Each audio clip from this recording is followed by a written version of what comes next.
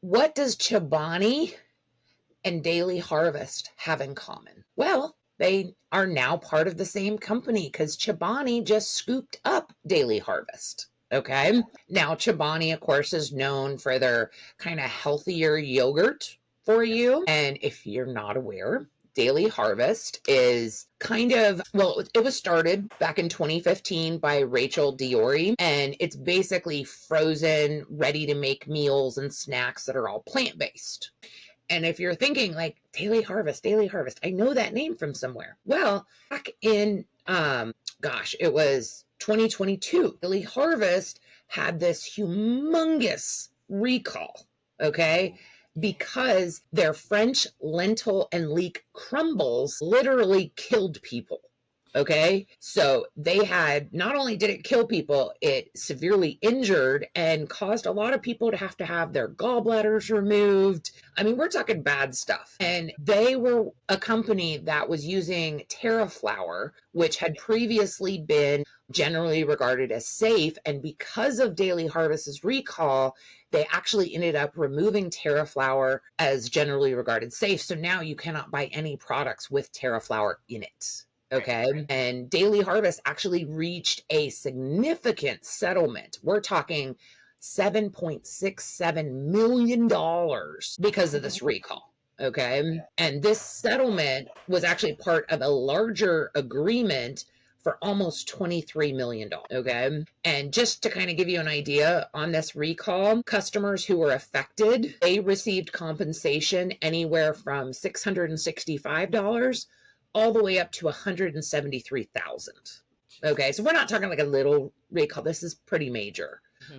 So anyway, now other things you may not know about Daily Harvest is they were originally set up as a direct to consumer business, meaning they used like Instagram influencers to kind of sell their products for them. And they weren't really found in stores. It was, kind of mail order where it was shipped directly to your home. You ordered on a website kind of thing. But what most people don't know is shortly after, they started, they actually secured an investment from Gwyneth Paltrow. Wow. And the tennis champion, Serena Williams. That was part of the investment to make this business so big, because when they first came onto Instagram and you had all these influencers, they kind of got a little too big for their britches. So they got these investments and were able to keep up. Now, of course, diehard Daily Harvest fans are still purchasing from them, and they are still heavily marketing on Instagram, TikTok, stuff like that. But like personally, this is one of those type scandal issues where it's like, I think it really tarnished their reputation. Okay. And it doesn't mention how much Chobani paid for the Daily Harvest, but I'm going to assume that this is probably, after all of these settlements, it was probably a bargain basement, kind of scoop them up kind of thing, especially when you consider that Daily Harvest just recently was able to get into some big name stores. Okay. So they still sell products through their website, but they have a little bit of a footprint at retailers like Target, Kroger, and Wegmans.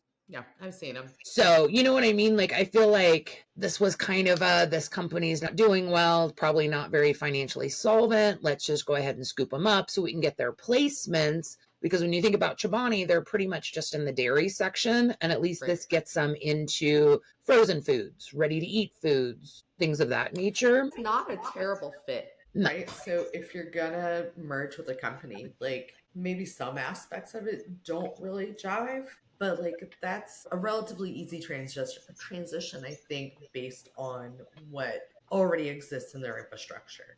So like a lot of it will easily be absorbed and just kind of repurposed. And then, from the manufacturing side, like Daily Harvest's stuff is they have those systems in place. So they could probably streamline this and implement it well and hopefully not do well. And on the Daily Harvest website, they have kind of like a running blog, and it said that they were reassuring all their customers that all the things you love will stay the same, including its products, the website, and the care team. Now, we've seen a lot of times where companies buy out other companies and they kind of keep it going, and you don't necessarily know that they're owned by a bigger company. Right. But in other times, you kind of see where they make little tweaks to it. And so I wonder if they'll just kind of slowly phase out the Daily Harvest name and just move it over to Chobani or Daily Harvest by Chobani. You know what I mean? Something like that. So that way it's kind of like a rebrand. Because Yeah. I mean, Well, there's no the point when you absorb something like that. A full rebrand, as we've talked about, is crazy expensive. So yeah. new marketing materials, new packaging, new everything.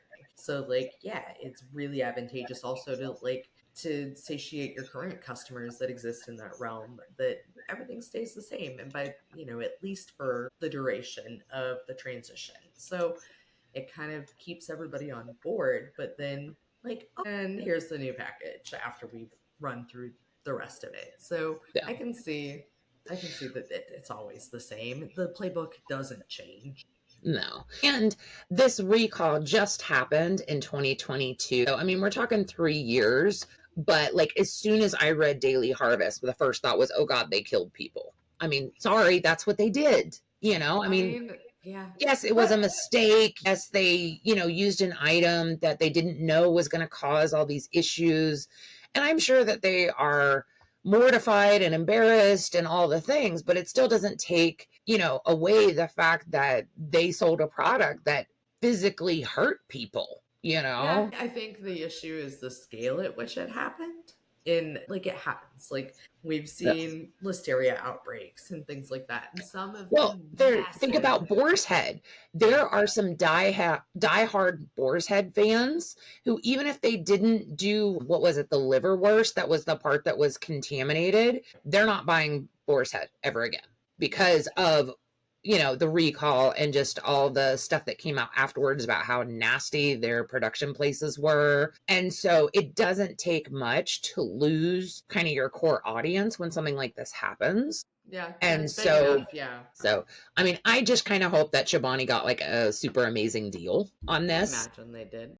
So let us know down below. Do you think this is a good pairing between Chobani and the Daily Harvest? Do you remember the recall for Daily Harvest? And I'm going to say number 3, have you ever actually heard of Daily Harvest? Because if you're not in the plant-based sphere, if you will, you may not have ever heard of them because they do only offer plant-based products. So let us know down below.